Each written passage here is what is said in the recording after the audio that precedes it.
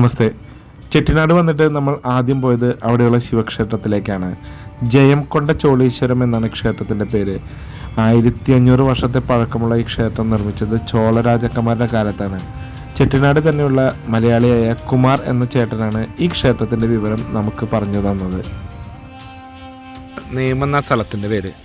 നമ്മൾ ആ ജംഗ്ഷനിൽ നിന്ന് ഇങ്ങോട്ട് വരുമ്പോഴേ ആത്തൻകുടിക്ക് പോകുന്നതിന് ആത്തൻകുടിക്ക് വലത്തോട്ട് തിരിഞ്ഞു വേണം നേരെ വരണം ഈ ക്ഷേത്രത്തിലേക്ക്. നേമം ശിവക്ഷേത്രം. എന്തായാലും അമ്പലത്തിലേക്ക് കയറാം.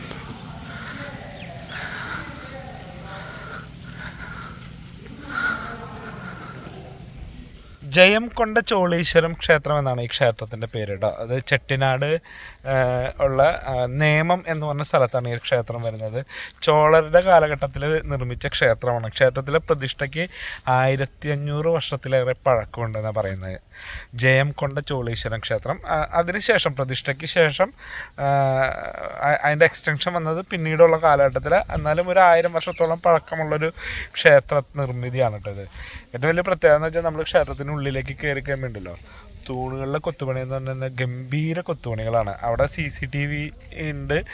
അതേപോലെ തന്നെ എഴുതി വെച്ചിട്ടുണ്ട് ഫോട്ടോസും വീഡിയോസും എടുക്കാൻ പാടില്ല എന്ന്. ഞാൻ അവിടെ തിരുമേനിയോട് ചോദിച്ചു, ഫോട്ടോ എടുത്തോട്ടെ എന്ന് വെച്ചിട്ട് പുള്ളി പറഞ്ഞു അനുവാദം വാങ്ങിക്കാണ്ട് എടുക്കാൻ പറ്റില്ല, അത് അവർക്കും പ്രശ്നമാണെന്ന് പറഞ്ഞുകൊണ്ടാണ് ഞാൻ അകത്തെ ഫോട്ടോസ് വീഡിയോസ് എടുക്കാത്തത്.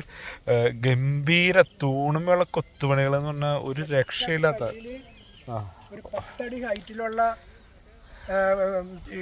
ഇത് ശില്പങ്ങളും ആ ഒരു 12 അടി ഹൈറ്റിലാണ് ആ കല്ല് മൊത്തം നിൽക്കുന്നത്. അതിന് ചുറ്റും കൊത്തുപണികൾ അതിങ്ങനെ വിടർന്ന് നിൽക്കുകയാണ് തൂണുമേന്ന്. ഇങ്ങനെ എനിക്ക് തോന്നുന്നു ഒരു ശില്പങ്ങളെ ചുറ്റുള്ളത് ഒരു 10 അടി വ്യാസം ഉണ്ടെന്നാണ് ആ ശില്പങ്ങൾ ഇങ്ങനെ വിടർന്ന് നിൽക്കണേന്ന് തന്നെ. അതാണ് കൊത്തുപണികളുടെ ഒരു ഭംഗി എന്ന് പറയുന്നത്. ഫോട്ടോ എടുക്കാൻ സമ്മതിച്ചില്ല.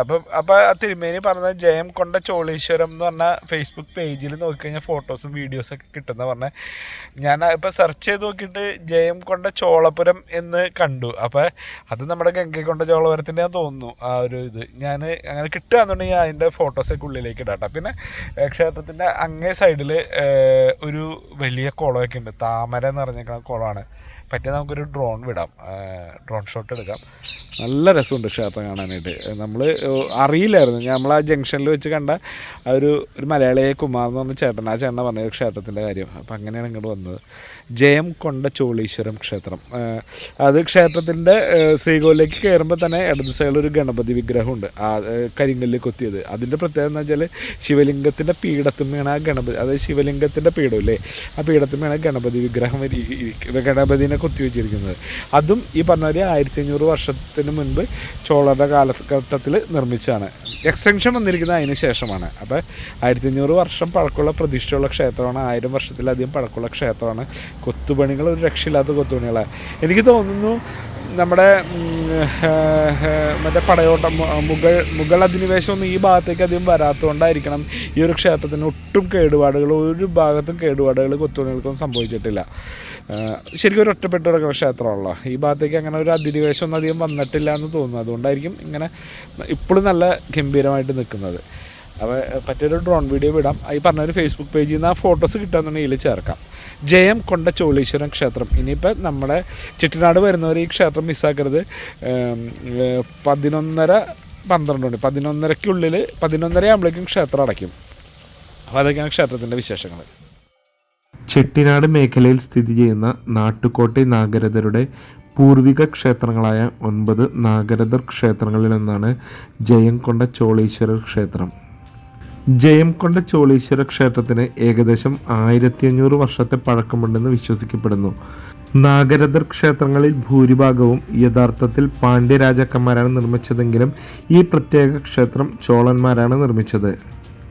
യോഗാവസ്ഥയിലായിരുന്ന മഹാദേവനെ ഉണർത്തുവാൻ ദേവന്മാരുടെ ആവശ്യപ്രകാരം കാമദേവൻ അദ്ദേഹത്തിനു നേരെ പുഷ്പശരമെയ്തു.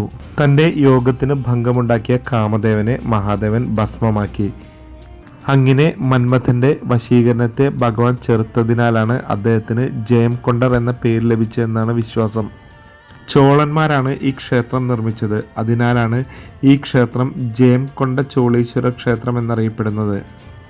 ഈ സ്ഥലം ജയം കൊണ്ട ചോളപുരം, ജയം കൊണ്ടപുരം, മധുനാഥപുരം, കുലശേഖരപുരം എന്നീ പേരുകളിലും അറിയപ്പെടുന്നു. പൊടികൈ കുന്നുകളിലേക്കുള്ള യാത്രയിൽ അഗസ്ത്യർ ഇവിടെ ആരാധന നടത്തിയിരുന്നുവെന്നും പറയപ്പെടുന്നു. കിഴക്കോട്ട് ദർശനമായുള്ള ക്ഷേത്രത്തിൽ 5 നിലകളുള്ള രാജഗോപുരമുണ്ട്. രാജഗോപുരത്തിന് ശേഷം മണ്ഡപത്തിനടിയിൽ ധ്വജസ്തംഭം, ബലിപീഠം, ഋഷഭം എന്നിവ കാണാം. രാജഗോപുരത്തിന് തെക്കുഭാഗത്ത് 3 നിലകളുണ്ട്. കിഴക്കോട്ട് ദർശനമായി പ്രത്യേക കോവിലിലാണ് അമ്പാൾ സൗന്ദര്യനായികയുടെ പ്രതിഷ്ഠ. അഭയവരദ ഹസ്തവുമായി നിൽക്കുന്ന ഭാവത്തിലാണ് അമ്പാളിനെ പ്രതിഷ്ഠിച്ചിരിക്കുന്നത്. പടിഞ്ഞാറോട്ട് തിരിഞ്ഞാണ് ഭൈരവർ സ്ഥിതി ചെയ്യുന്നതെന്നത് ശ്രദ്ധേയമാണ്. ഇത് അസാധാരണമായ ഒരു ക്രമീകരണമാണ്. കൂടാതെ ജയം കൊണ്ട വിനായകർ, മുരുകൻ, വിശ്വനാഥർ, വിശാലാക്ഷി, ഗജലക്ഷ്മി, ദുർഗ എന്നിവർക്കും പ്രത്യേക ക്ഷേത്രങ്ങളുണ്ട്. ശ്രദ്ധേയമായ സൗന്ദര്യമുള്ള 125ഓളം ശില്പങ്ങളും ഈ ക്ഷേത്രത്തിലുണ്ട്. അവയിൽ ചിലത് വളരെ അപൂർവമാണ്. ഉദാഹരണത്തിന് വിനായകനോട് സാമ്യമുള്ള തല, ഒരു സ്ത്രീ ശരീരം, ഒരു സിംഹത്തിൻ്റെ ഒരു കാൽ, ഒരു കാളയുടെ മറ്റൊരു കാൽ എന്നിവ ഉൾക്കൊള്ളുന്ന ഒരു ശില്പം നിലവിലുണ്ട്. ചോളതീർത്ഥം എന്നാണ് ക്ഷേത്രക്കുളം അറിയപ്പെടുന്നത്. ഈ കുളത്തിൽ മുങ്ങിക്കുളിച്ച ശേഷം ക്ഷേത്രത്തിലെ എല്ലാ ദേവന്മാർക്കും മാലകൾ അർപ്പിക്കുന്നത് ഉദ്ദിഷ്ടകാര്യസിദ്ധി ഉറപ്പാക്കുന്നു. ഇതാണ് കേട്ടോ നമ്മുടെ അമ്പലത്തിൻ്റെ, അതായത് ജയക്കൊണ്ട ചോളീശ്വര ക്ഷേത്രത്തിൻ്റെ ആ ക്ഷേത്രക്കുളം. നല്ല ഭംഗിയായിട്ട് നിർമ്മിച്ചേക്കണ ക്ഷേത്രക്കുളം കേട്ടോ, കെട്ടി സംരക്ഷിച്ചേക്കണത്. ക്ഷേത്രം കാണാം. ഞാൻ അതിൻ്റെ ഡ്രോൺ വീഡിയോ എടുത്തിട്ടുണ്ട്, നല്ല രസമാണ്. അതിലെങ്ങാണ്ട് ഇറങ്ങാൻ വഴിയുണ്ടെന്ന് തോന്നുന്നു കുളത്തിലേക്ക്. കണ്ടോ, അങ്ങനെ താമരയൊക്കെ നിറഞ്ഞ് കിടക്കുന്നുണ്ട്. നല്ല ഗംഭീര ക്ഷേത്രം. എനിക്ക് തോന്നുന്നു നടടയ്ക്കാൻ പോണതിൻ്റെ പൂജകൾ നടക്കാൻ തോന്നുന്നു ക്ഷേത്രത്തിൻ്റെ ഉള്ളിലേക്ക്.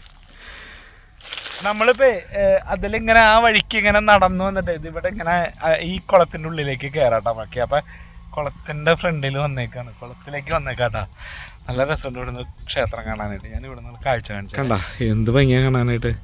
ഒരു പൈക്കിളാവൊക്കെ നിൽക്കുന്നുണ്ട് കേട്ടോ.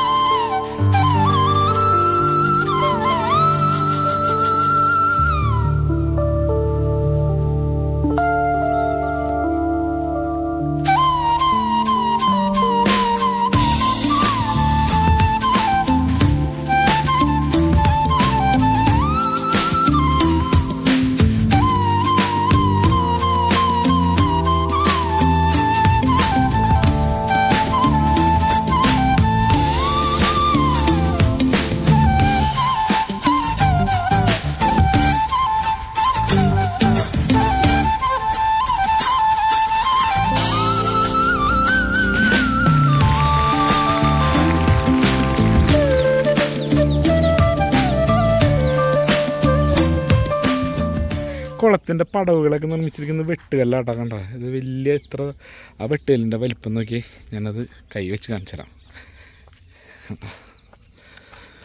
എന്താ വലിയ വെട്ടുകല്ലാണ്ട, ഇതെല്ലാം വെട്ടുകല്ലുകൊണ്ട് നിർമ്മിച്ചേക്കുന്ന.